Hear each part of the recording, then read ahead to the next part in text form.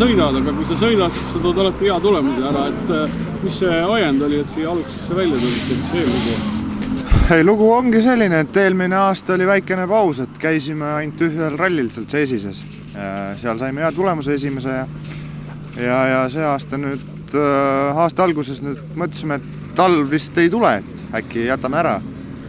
Aga need järsku tuli ja siis 4 päeva enne rallit otsustasime, et ikkagi peab sõitma. Ja plaan on tegelikult selline, et proovime sõita see aasta terve hooaja, nii Eestis kui ka Lätis. Ja seetõttu me siia ka tulime. Kas tegite testi ka ette või tulite nii-öelda külmalt peale? Ei, paraku nii juhtuski, et me jõudsime 4 päeva enne, ütleme nii, et hakkasime sättima ennast ja ka paraku ei jõudnud ei testi, ei mitte midagi, et tuimalt autosse ja rattad alla ja lähme sõitma. Seetõttu meil ka esimene päev oli nagu ta oli, et tulemus, eks seal ilm oli kehva ja nägemine oli kehva ja kõik sinna juurde kuulub.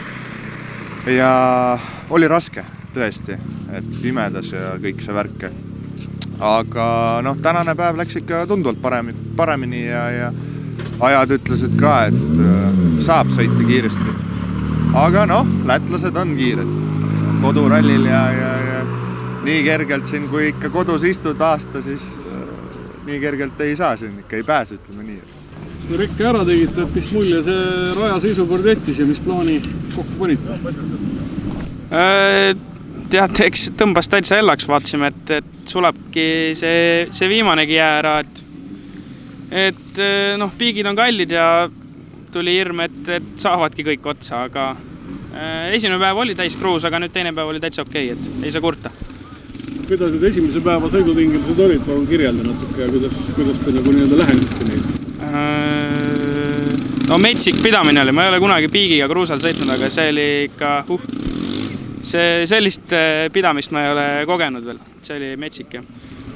Täna oli hoopis teistsugune pilt katsetel, et mismoodi minema hakkasite ja kuidas rütmi paika saite?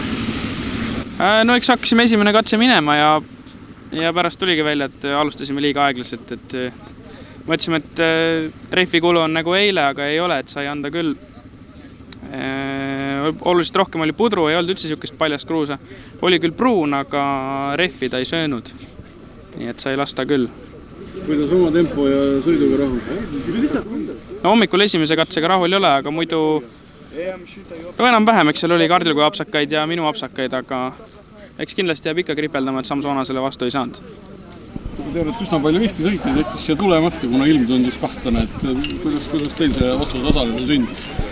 Me otsustasime üsna varakult, et tulema peab, et meil oli tegelikult 2 nädalat enne rallit oli auto täiesti laiali, polnud ühtegi asja küljes, et siis me punnitasime ja tegime ja lõpuks läks ilm ka ilusaks, nii et oli nagu väärt seda tulla. Räägi natuke esimesest päevast, et olud tundusid kõrvaltvaatajale päris keeruliselt, kuidas see minema hakkas?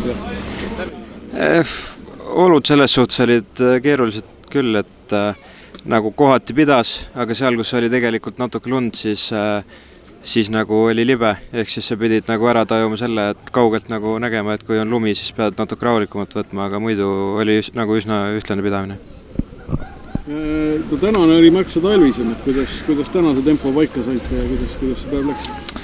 Täna hakkasime hommikul rahulikult minema selles mõttes, et sõitsime põhimõtteliselt terve ralli vanade rehvidega, et üsna alguses oli pigem keeruline siin hommikul hakkama saada, et oli nagu rehv ajus läbi palju ja viimaseks ringiks panime uued rehvid alla, et siis oli nagu märksa lõbusam sõita.